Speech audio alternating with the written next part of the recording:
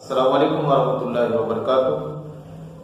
ابھی پچھلے دنوں حضور داتا علی حجویری کی مزار پر لاہور میں ایک واقعہ رونما ہوا تھا کہ مفتی محمد حنیف قریشی اور جناب سید عرفان شاہ مشہدی حفظہ اللہ ان کی مخالفت میں یہ اسٹیج پر تھے، سامنے لوگوں نے نعرے بازیاں سٹارٹ کر دی، یہاں تک کہ جوتے بھی دکھائے گئے۔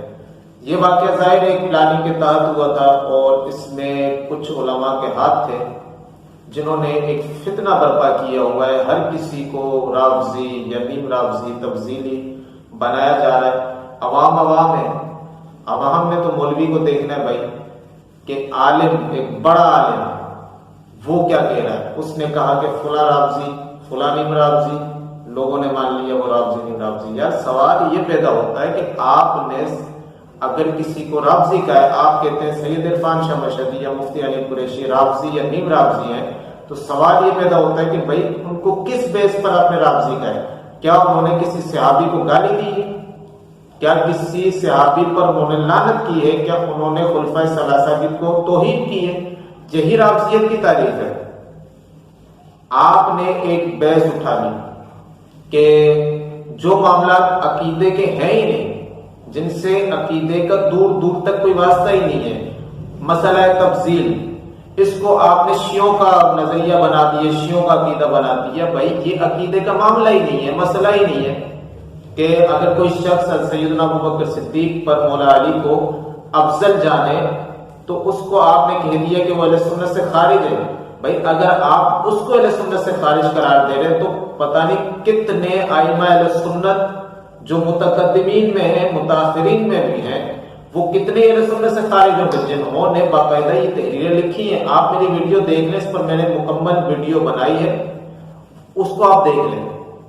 تو بھائی یہ مسئلہ تفضیل یہ عقیدے کا مسئلہ نہیں ہے جس بیس پر آپ کہتے ہیں کہ فلاں رافضی ہو گیا ہے، فلاں شیعہ ہو گیا ہے، مفتی حنیف قریشی رافضی ہے، یہ سید عرفان شاہ مشہدی رافضی ہے۔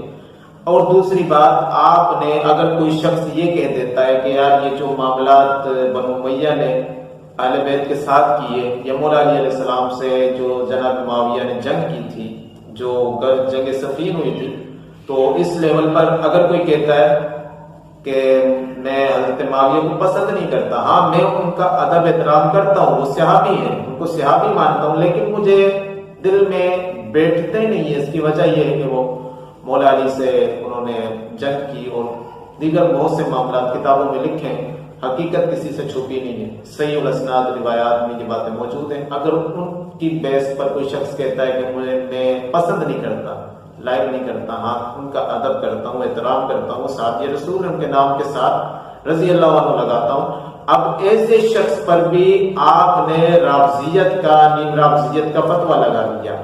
آپ کہتے ہیں کہ داتا علی حجویری نے مفتی محمد حنیف قریشی یا سید عرفان شاہ مشہدی کو ذلیل کر کے اپنے دربار سے بھگایا۔ اچھا تو آپ یہ میرے پاس کتاب ہے کشف المحجوب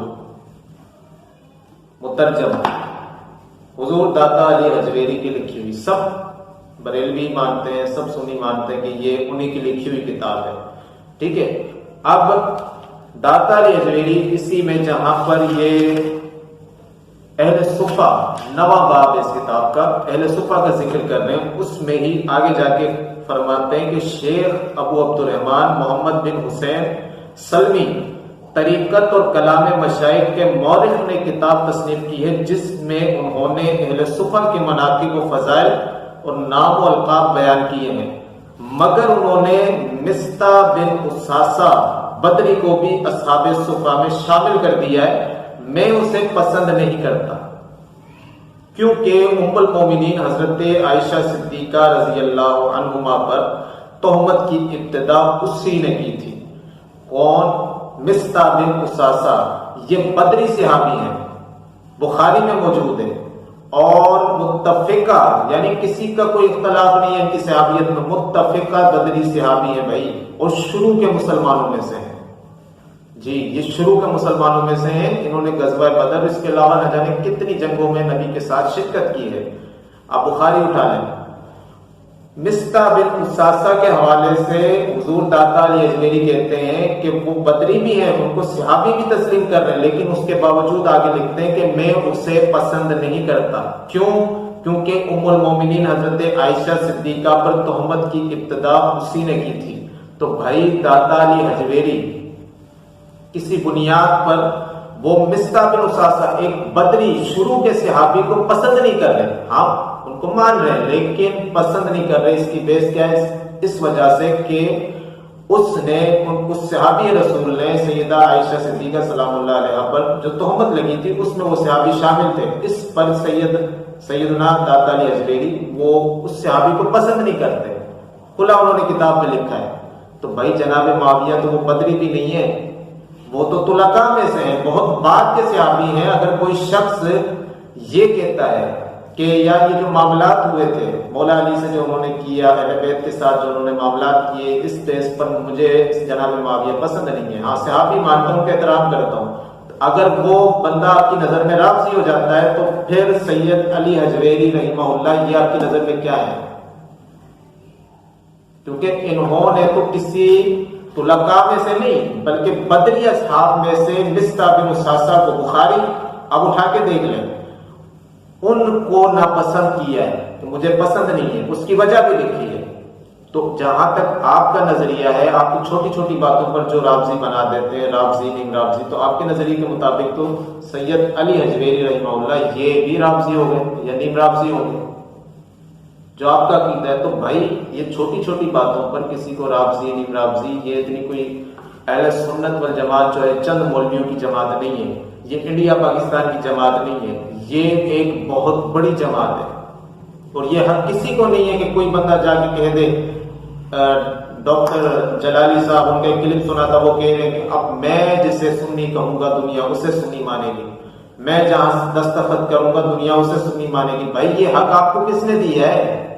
یہ حق کسی کو بھی نہیں ہے کہ کوئی بندہ کسی کو اہل سنت سے خارج کرے۔ بھائی اہل سنت قرآن و سنت کو ماننے والے ہیں، ٹھیک ہے، اور اہل سنت صحابہ کی جماعت ہے، حضور اکرم کی جماعت ہے۔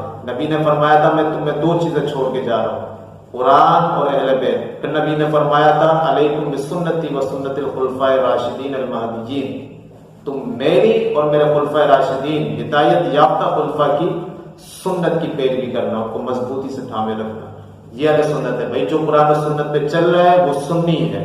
ہاں باقی جو چھوٹے چھوٹے اختلافات ہوتے رہتے ہیں اس بیس پر جو عقیدے سے جن کا واسطہ نہیں ہے اس بیس پر اہل سنت سے خارج قرار دینا یہ گمراہی ہے، بددیانتی ہے اور ایک بہت بڑا ظلم ہے۔